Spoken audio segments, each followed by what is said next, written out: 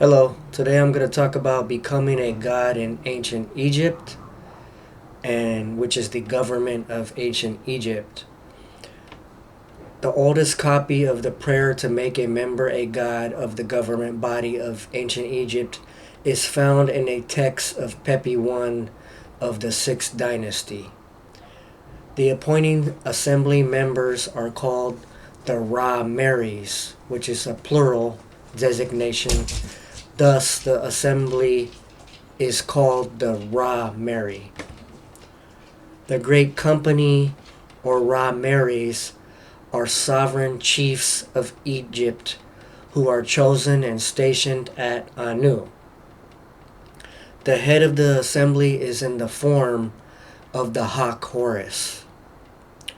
I may infer here that the overseers of this assembly may come from the Snake Mountain in the 12th nome of Upper Egypt, mentioned by the nomarch of the nome Hanku and by Maspero.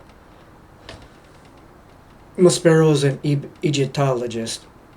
This is near the city of Aswit, and Hanku and other high officials are buried there at the northern cliff called Deir el Gebrawi. At Aswit is where the overseers of the priests were located, i.e., they may be the overseers of the priests who are stationed at Anu. The 9 gods of the assembly at Anu are a great family consisting of Adamra, who is Tem, Shu, Tefnut, Seb, Nut, Osiris, Isis, Set, and Nephlis. So Adam of the Bible is actually Tem, of who's the local god of Anu. So that's really the beginning of the book of Genesis. The chief attribute that was assigned to a god was the power to renew his life indefinitely and to live forever. They thought that they could obtain this power by eating the god that they worshipped. Local gods or chiefs could become a member of the Ra-Meri. When chosen, the chosen one would, through a ritual, die to become a god. He is no longer a man, and he dies as a man and is resurrected as a god, which is his coronation. When the deceased has acquired the powers of a god, he now receives a place amongst the gods. The deceased and his family are placed under the protection of that god, and the deceased is now obliged to protect his god. He now receives all the benefits associated with being a god. The deceased now stands at the head of the gods as Seb, the hereditary chief, Osiris, the governor of godly powers, and Horus, the lord of men and gods. In contrast to an American president, he stands in the middle of a political system.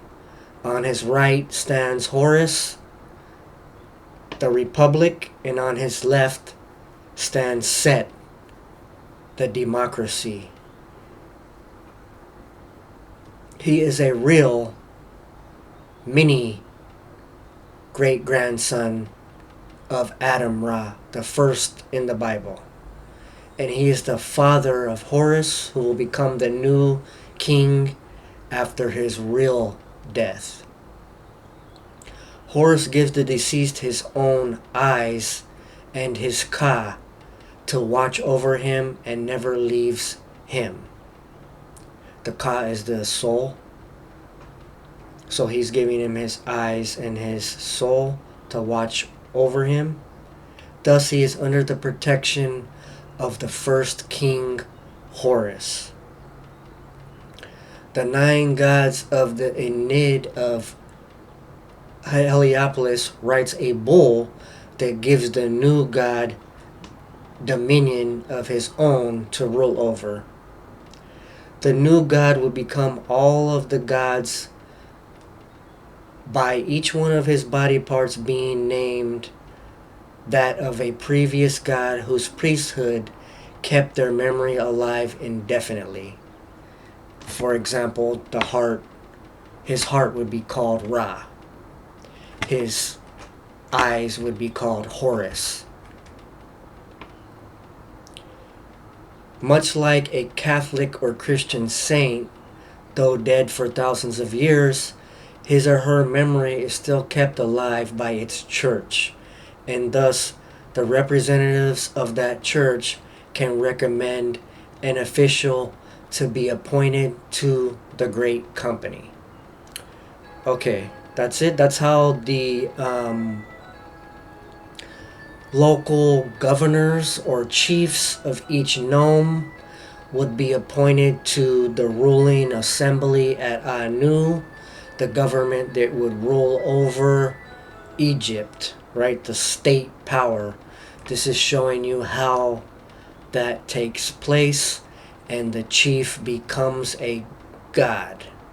This is taken from the book of Wallace Budge, The Gods of the Egyptians, Volume 1, dated 1904, published in London.